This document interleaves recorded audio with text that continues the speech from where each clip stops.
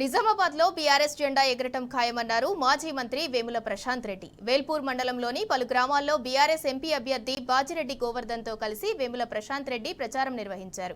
ఇంటింటికి తిరుగుతూ బీఆర్ఎస్ ప్రభుత్వం చేపట్టిన సంక్షేమ పథకాలను ప్రజలకు వివరించారు. కాంగ్రెస్ ప్రభుత్వం వచ్చాక సంక్షేమ పథకాలన్నీ నిలిపివేశారని ప్రశాంత్ రెడ్డి అన్నారు. రేవంత్ రెడ్డి అబద్దాలతో అధికారంలోకి వచ్చారన్నారు. రైతులకు రుణమాఫీ చేయకుండా రేవంత్ రెడ్డి నాటకాలు ఆడుతున్నారని మండిపడ్డారు. అటు కారు గుర్తుకు ఓటేసి కాంగ్రెస్ బీజేపీలకు సరైన బుద్ధి చెప్పాలని ఎంపీ అభ్యర్థి బాజిరెడ్డి గోవర్ధన్ ఓటర్లకు పిలుపునిచ్చారు.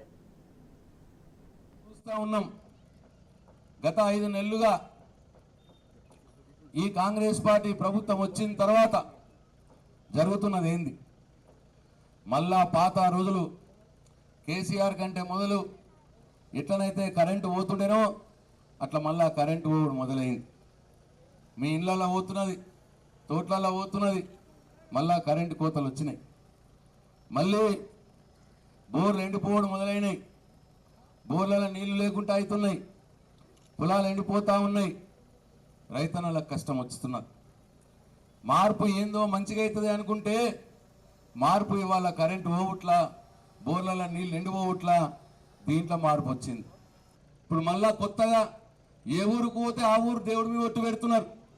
రేవంత్ రెడ్డి ఏ ఊరికైనా పోయిందంటే సభ పెట్టడానికి ఆ ఊర్లో దేవుళ్ళంతా భయపడుతున్నారట. వీడు మా మీద ఏడొట్టు పెడతాడు, ఇంట్లో పీనిగల్లా అని.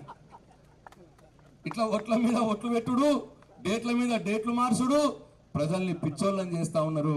ఒక్కసారి రైతన్నలారా ఆలోచించాలని చెప్పి నేను కోరుతా ఉన్నా. ఎలక్షన్లు వాళ్ళు ఇచ్చారనుకో 2 లక్షల రుణమాఫీ, 4,000 రూపాయలు తులం బంగారము, చదువుకున్న ఆడపిల్లలకు స్కూటీలు ఇస్తున్నాడు. 1 కాదు, 2 కాదు, 3 కాదు. ఇవన్నీ ఎలక్షన్లో కూడా ఇవన్నీ చెప్పండి. ఇస్తే నేను విడ్డ్రాస్కి వెళ్ళిపోతాను. నేను ఉండకూడదు ఈ ప్రాంతంలో. ఇవ్వకుంటే ఓట్లు మొత్తం మాకేయాల, దయచేసి చెప్తున్నా.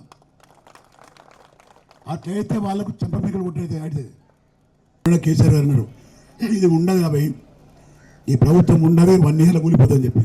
తప్పకుండా మీకోసం కూలిపోతుంది.